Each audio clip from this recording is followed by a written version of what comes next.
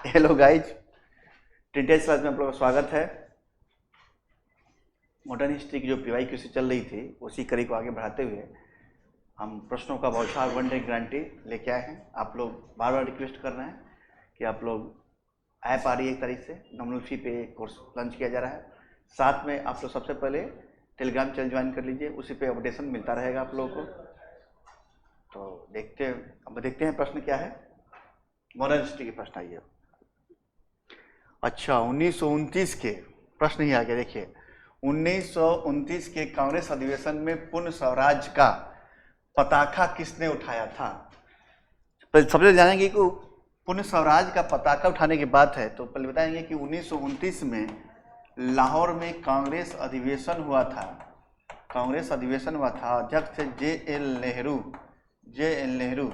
जो अध्यक्ष होगा वही पताका उठाएगा। तो कौन है? जवाहरलाल नेहरू। इसमें आंसर है जवाहरलाल नेहरू। और रावी नदी पूछा जाता है, एक बार पूछा किस नदी तट पे? तो रावी नदी के तट पे ये अधिवेशन हुआ था। और 26 जनवरी पिछले क्लास में बताया भी थे हम लोग, 26 जनवरी 1930 से ये पूर्ण स्वराज दिवस मनाया भी गया।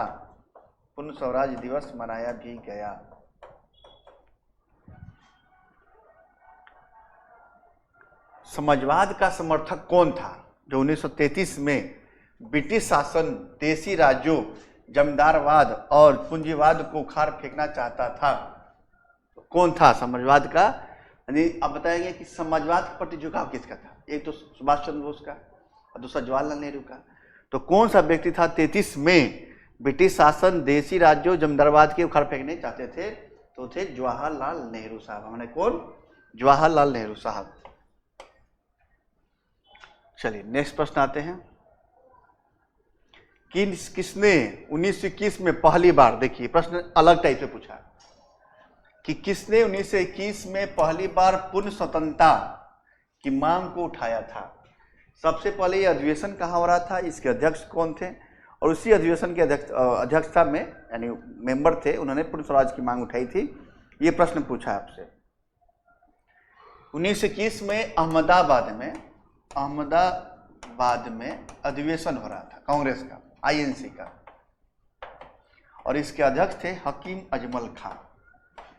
ये याद रखिएगा, हकीम अजमल खां। और उसी अधिवेशन में हमारे मौलाना हसरत मोहानी ने पहली बार पूर्ण स्वतंत्रता की मांग को उठाया था। इसमें तो 3-4 फैक्ट तैयार हो गए एक साथ। दांडी यात्रा, सविनय अवज्ञा आंदोलन के में दांडी यात्रा की गई थी कब? तो दांडी यात्रा की शुरुआत कब हुई? सविनय अवज्ञा आंदोलन में गांधी जी ने सोचा कि कौन सा ऐसा मुद्दा उठाया जाए जो आम जन के लिए है। आंदोलन का तरीका क्या होगा? तो कहा कि एक नमक ऐसा है कि जो गरीब से लेकर अमीर तक खाता है, तो नमक पे क्या लगता है? टैक्स लगता था। तो क्यों ने कहा कि नमक कानून को भंग कर दिया जाए? तो उन्होंने दांडी यात्रा शुरू की। ये कब? सविनय अवज्ञा आंदोलन के समय की घटना है, 1930 की घटना है। और दांडी यात्रा शुरू हुई 12 मार्च को शुरू हुआ था। 6 अप्रैल 1930 को वो पहुंचे दांडी। कहाँ से शुरू हुआ था? तो साबरमती आश्रम से शुरू हुआ था। पूछा जाता है, देखिए इसलिए लिख देते हैं सब। साबरमती शुरू हुआ था और कहाँ पहुंचे? दांडी पहुंचे। दांडी कहाँ पड़ता है? गुजरात में नवसारी जिले में पड़ता है। टोटल यात्रा 241 माइल की थी, मील कहते हैं जिसको। किलोमीटर में नापेंगे तो 390 किलोमीटर लगभग होता है। इसमें कितने अनुयायी साथ में गए थे? इसमें 78 अनुयायी इनके साथ में गए थे, स्टार्ट किए थे। तो अब पूछा है कब है? तो 1930 में इसका आंसर हो जाएगा। 1930 में गांधी जी ने सविनय अवज्ञा आंदोलन कहाँ से आरंभ किया था? आरंभ पूछा है। आरंभ जब दांडी पहुंचेंगे तो वही से होता है। तो आरंभ क्या हो जाएगा? दांडी से उन्होंने समुद्र किनारे नमक उठाया और नमक कानून कहा कि आज से नमक कानून भंग, और नमक कानून तोड़ा उन्होंने, और उसके बाद से सविनय अवज्ञा आंदोलन शुरू हो गया था। नमक सत्याग्रह दौरान बिहार में लोगों ने नमक बनाने के साथ साथ किस कर का विरोध कर दिया सरकार द्वारा किया गया था? चलिए, हुआ कि नमक जो है हर जगह बनता था, समुद्री तटीय जो क्षेत्र है वहीं बन सकते थे। बिहार में कुछ सारण, चंपारण जैसे डिस्ट्रिक्ट है जहाँ नूनिया जाति के लोग नमकीन मिट्टी से नमक बनाते थे, मगर हर जगह तो थे नहीं। तो कुछ जगह लोगों ने कि नमक सत्याग्रह को अलग उपयोग किया कि भाई हम क्या करेंगे, कौन सा टैक्स का विरोध करेंगे। तो चौकीदारी टैक्स का विरोध करने के लिए चौकीदारी टैक्स का विरोध किया था कुछ जगहों पे। दांडी यात्रा कितने दिन चली थी पूछा है। 12 मार्च शुरू होता है, 6 अप्रैल पहुंचते हैं 30 में, तो कितने दिन हो गए? 24 दिन का यह यात्रा था, टोटल 24 दिन का यह यात्रा था। ये 1929 में खुदाई खिदमतगार ने खान अब्दुल गफ्फार खान को किसने संगठित किया था? यह अच्छा पूछा है, खुदाई खिदमतगार। तो वो थे खान अब्दुल गफ्फार खान। इन्होंने रेड शॉर्ट लाल कुर्ती आंदोलन भी चलाया था इन्होंने द्वारा। और सवनीय अवज्ञा आंदोलन में पेशावर का पठान कहते हैं, इनको पठान भी कहते हैं। और इन्होंने सवनीय अवज्ञा आंदोलन दौरान ये क्या सहयोग भी किया था इन्होंने। बेगूसराय के चौकीदारी के विरुद्ध आंदोलन चलाया गया हिस्सा क्या था? तो अभी बताया है कि सवनीय अवज्ञा आंदोलन अभी बताए हैं कि चलाया गया था बिहार में। सवनीय अवज्ञा आंदोलन की असफलता के बाद गांधी जी ने महत्व दिया था। किस चीज को दिया था महत्व? किसको महत्व दिया था इसमें बताना है। तो सवनीय आंदोलन की असफलता के बाद, इसकी असफलता के बाद गांधी जी ने किसको महत्व दिया था, ये पूछा प्रश्न। जब असफल हो गए गांधी जी चला रहे थे सवनीय आंदोलन, तो 5 मार्च 1931 को ये गांधी इरविन समझौता हुआ और कहा गया कि चलिए लंदन में गोलमेज कॉन्फ्रेंस में, और द्वितीय गोलमेज कॉन्फ्रेंस में गए, द्वितीय सेकेंड गोलमेज राउंड कॉन्फ्रेंस में गए और वहां से वो खाली हाथ लौटे। फिर उन्होंने शुरू कर दिया क्या, सवनीय आंदोलन स्टार्ट कर दिया। और 34 में फाइनली इसको बंद करना पड़ा। तो गांधी ने कहा कि ऐसे नहीं मिलेगा, सफलता ऐसे नहीं मिलेगा। तो उन्होंने रचनात्मक कार्यक्रमों की शुरुआत कर दी। रचनात्मक कार्यक्रमों की शुरुआत कर दी थी। क्या शुरू की थी? तो छुआछूत के विरोध, छुआछूत के विरोध उन्होंने, और गांव में जाके लोगों के प्रति छुआछूत के विरोध के प्रति जागरूकता फैलाना, इसलिए उन्होंने हरिजन नामक पत्रिका भी निकाला था। और 1932 में उन्होंने हरिजन कल्याण के लिए, कब? 1932 में हरिजन कल्याण के लिए अखिल भारतीय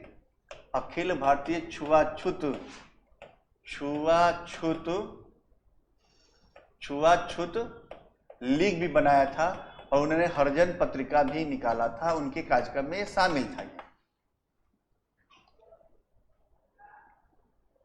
निम्नलिखित में किस भारतीय नेताओं ने लंदन में प्रथम गोलमेज कॉन्फ्रेंस में भाग लिया था? फर्स्ट कॉन्फ्रेंस में भाग लिया था। कब हुआ था ये गोलमेज कॉन्फ्रेंस? ये नवंबर में शुरू होता है 31 में, और ये 30 में, और जनवरी 31 तक चलता है फर्स्ट गोलमेज कॉन्फ्रेंस। इसमें किसने भाग लिया था? महात्मा गांधी गए थे सेकेंड गोलमेज कॉन्फ्रेंस में, गोलमेज कॉन्फ्रेंस में। तो बताइए कौन गए थे, इसमें बताना है। और कौन? जवाहरलाल नेहरू कभी गोलमेज कॉन्फ्रेंस में गए ही नहीं थे। तो कौन थे? मोहम्मद अली साहब। कौन थे? मोहम्मद अली साहब। साथ में अंबेडकर का नाम जोड़ लीजिए कि तीनों कॉन्फ्रेंस में शामिल हुआ था। BR अंबेडकर भी तीनों कॉन्फ्रेंस में शामिल हुआ था। मोहम्मद अली प्रथम में गए थे, साथ में इनके तेज बहादुर सप्रू, मोहम्मद श्रीनिवास शास्त्री, मोहम्मद शफी, आगा खां, फजुल हक, मोहम्मद अली जिना, मोमी मोदी, ये नाम है, पूछे जाएंगे तो याद रखिएगा। जयकर मुंजे, BR अंबेडकर और सुंदर सिंह मजठिया, ये सभी लोग प्रथम गोलमेज कॉन्फ्रेंस में गए थे। गांधी इरविन समझौता कब हुआ था? तो गांधी इरविन समझौता जो हुआ था ये 5 मार्च को हुआ था। कब हुआ था? 1931 को हुआ था। ये कौन सा गोलमेज कॉन्फ्रेंस 32 में आयोजित हुआ? तो 32 में आयोजन जो हुआ था तीसरे गोलमेज कॉन्फ्रेंस। फर्स्ट जो हुआ नवंबर 30 से स्टार्ट हुआ और जनवरी 31 तक। द्वितीय स्टार्ट हुआ सितंबर 31 में और दिसंबर 31 तक चला था। और तीसरा जो है ये 1932 में लास्ट में ही सितंबर मंथ में हुआ था। भारतीय राष्ट्रीय कांग्रेस के किस गोलमेज सम्मेलन में भाग नहीं लिया था? कौन सा कॉन्फ्रेंस था जिसमें भाग नहीं लिया था? न तो प्रथम में भाग लिए थे, न तीसरे में भाग लिए थे। इसका आंसर क्या हो जाएगा? इनमें से एक से अधिक, क्योंकि द्वितीय में महात्मा गांधी प्रतिनिधित्व किए थे, भाग लिए थे।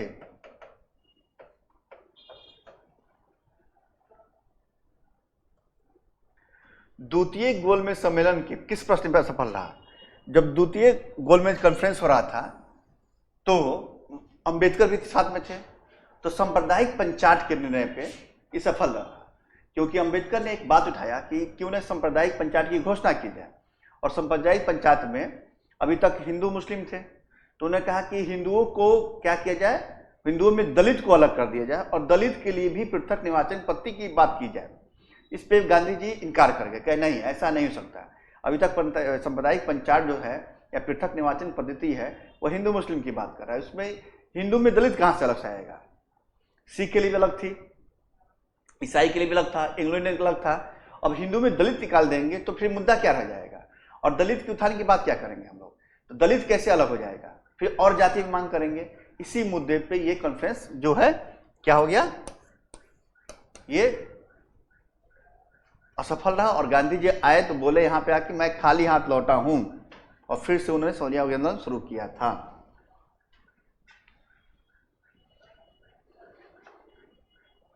महात्मा गांधी दिसंबर 31 में खाली हाथ कहां पर भारत लौटे थे?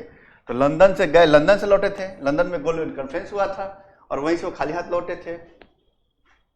खाली हाथ लौटने का क्या तात्पर्य? मैं कोई भी समझौता नहीं हुआ, इस मुद्दे से वो गए थे। गांधी इरविन समझौता पे हस्ताक्षरित साइन जो करने हैं होने में किसने महत्वपूर्ण भूमिका निभाई? किसने सहयोग किया कि गांधी को मनाया और इरविन को मनाया कि दोनों लोग में आपस में एक कॉन्फ्रेंस कर लीजिए? तो कौन सा व्यक्ति था ये पूछा जा रहा है। उसमें सबसे बड़ी भूमिका जो निभाए थे मदन मोहन मालवीय। कौन कौन इसमें निभाए थे? जयकर और तेज बहादुर सप्रू। इसमें जयकर और तेज बहादुर सप्रू और MR जयकर साहब ने निभाया था, और दोनों के सहयोग से ये कॉन्फ्रेंस हुआ था और साइन भी हुई थी। इसमें 5 मार्च 1931 को कौन सा समझौता हुआ था? कौन सा समझौता हुआ था 5 मार्च कॉन्फ्रेंस को? इसमें गांधी इरविन समझौता था। अच्छा, ये 2 पॉइंट जान लीजिए इसमें कि भाई समझौता में क्या था। समझौता में ये था कि सबसे पहले नमक कानून को भाई भंग कर दीजिए, ठीक है, भंग कर दिया जाएगा। राजनीतिक कैदी जितने पकड़े गए थे जिसपे हिंसा का आरोप नहीं है उसको छोड़ दीजिए, ये भी ठीक है। और पौंड स्टर्लिंग का जो रेट है उसको कम कीजिए, वो भी किया गया। उसके बाद कहा गया कि अब सम्मेलन भाग लेने जाएंगे तो यहाँ पे किसी प्रकार की जाति नहीं की जाएगी, ये भी बात सही की गई। ये 4-5 बिंदु जो थे, इस बिंदु पे सहमति होने के बाद ये द्वितीय गोलमेज कॉन्फ्रेंस में वो गए थे। कौन? महात्मा गांधी जी।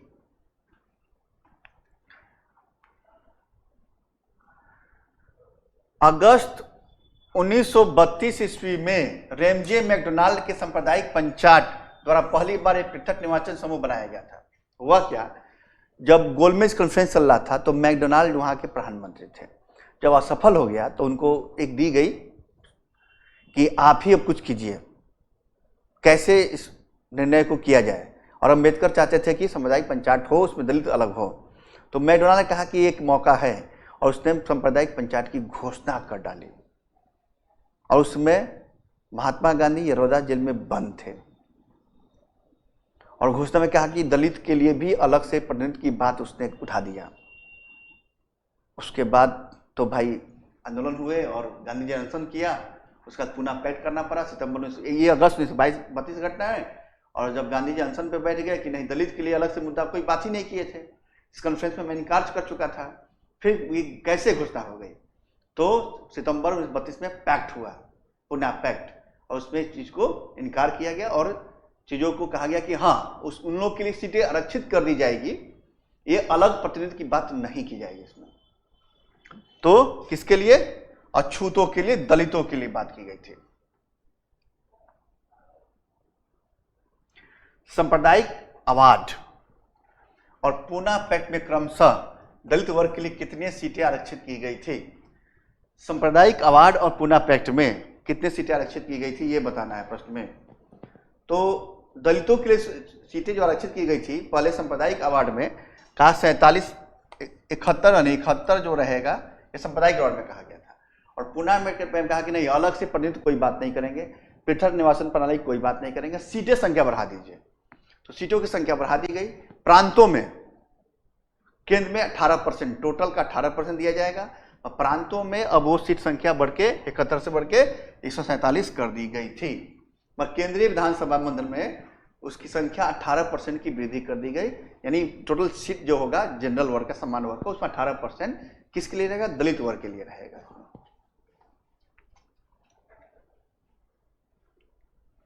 पूना समझौता का उद्देश्य क्या था? पूना समझौता जो हुआ था सितंबर 1932 में हुआ था, इसमें उद्देश्य क्या था? दलित वर्ग को प्रतिनिधित्व प्राप्त करना।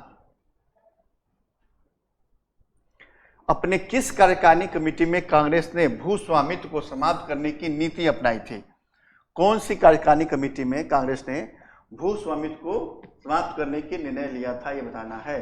तो कार्यकारिणी कमेटी 37 की कमेटी है, जिसमें संयुक्त प्रांत और बिहार में कष्टकारी सिस्टम चल रहा था वहां पे।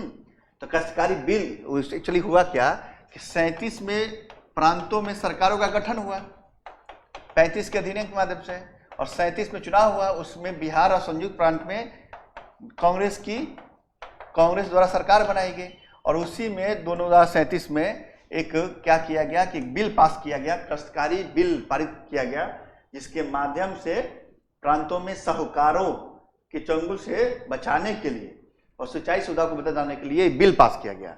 तो कमेटी कौन थी? कार्यकारिणी कमेटी 37। किस अधिनियम के बारे में जवाहरलाल नेहरू ने कहा था, हमें एक ऐसी कार दी गई है जिसमें सब ब्रेक तो है किंतु इंजन नहीं है? वो कौन सा था अधिनियम जिसके बारे में कहा था? तो वो 35 का अधिनियम था। कौन सा? 1935 का अधिनियम था। उनके बारे में जवाहरलाल नेहरू ने ये बात कही थी। फरवरी 1938 में बिहार में चुनी हुई सरकारें किस कारणवश क्या कर दी? इस्तीफा दे दिया। प्रांतों का चुनाव हुआ 37 में, सरकारें बनाई गई। बिहार, उड़ीसा, संयुक्त प्रांत, मध्य प्रांत, मुंबई, मद्रास, ये जगह सरकारें बनाई कांग्रेस ने। तो बिहार में जो सरकार बनी थी वो इस्तीफा दे दिया। क्या कारण था इस कारण इस्तीफा दे दिया? तो इसी देने के पीछे था राजनीतिक बंदियों को छोड़ने के पीछे ये सरकार इस्तीफा दे दी थी। बिहार किसान सभा से कौन कौन जुड़ा है? बिहार की एकदम VVI प्रश्न याद रखिएगा, बिहार किसान सभा से प्रश्न पूछे ही जाते हैं आपसे। तो जुड़े थे स्वामी सदानंद सरस्वती भी जुड़े थे, करण शर्मा भी जुड़े थे, राहुल संस्कृत्यान भी जुड़े थे, और यदुनंद शर्मा भी जुड़े थे, यानी एक से अधिक हो जाएगा आंसर। स्वामी सदानंद सरस्वती ने बिहार प्रांतीय किसान सभा का गठन किया था। बिहार प्रांतीय किसान सभा का गठन किया था 1929 में, 1929 में, और उसी में सभी मेंबर थे ये।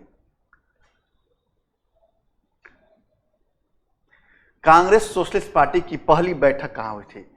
कांग्रेस सोशलिस्ट पार्टी की पहली बैठक कहाँ हुई थी बताना है। और कांग्रेस सोशलिस्ट पार्टी का गठन कब हुआ था? 1934 में कांग्रेस सोशलिस्ट पार्टी का गठन हुआ था, और उसकी बैठक कहाँ हुई थी पहली बार? तो वो हुई थी पटना में ये बैठक हुई थी, और वो हॉल था अंजुमन इस्लामिया हॉल। अंजुमन इस्लामिया हॉल है, आज भी है, पटना की गांधी मैदान के बगल में हॉल। और इसमें जो अध्यक्ष बनाए गए आचार्य नरेंद्र देव को, अध्यक्ष बने थे आचार्य नरेंद्र देव, और सचिव बने थे जयप्रकाश नारायण इसके सचिव बने थे।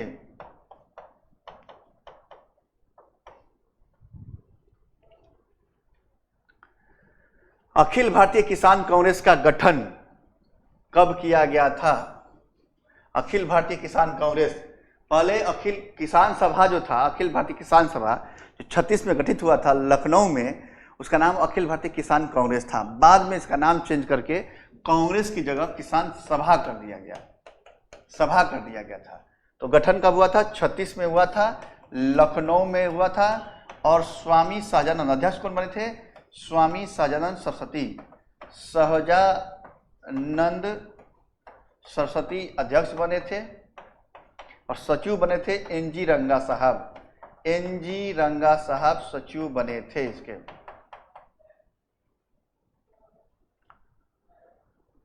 36 में लखनऊ में प्रश्न ही पूछ दे लिया। 36 में लखनऊ में अखिल भारतीय किसान सभा का प्रथम अध्यक्ष किसे चुना गया? तो कौन है? स्वामी सदानंद सरस्वती। वो कौन जगह था जहां अखिल भारतीय किसान सभा का पहला अधिवेशन हुआ था? अभी बताए हैं 36 में लखनऊ में हुआ था। स्वामी सदानंद सरस्वती ने भूमि और जल मार्ग पर राष्ट्रीयकरण की मांग के साथ अखिल भारतीय किसान सभा का गठन किया था। कब? ये दशक पूछ रहा है। कब? उनकी मृत्यु से ठीक पहले, उनकी मृत्यु के बाद, या मृत्यु के उपरांत कब हुआ था? तो उनकी मृत्यु से ठीक पहले। कब हुआ गठन?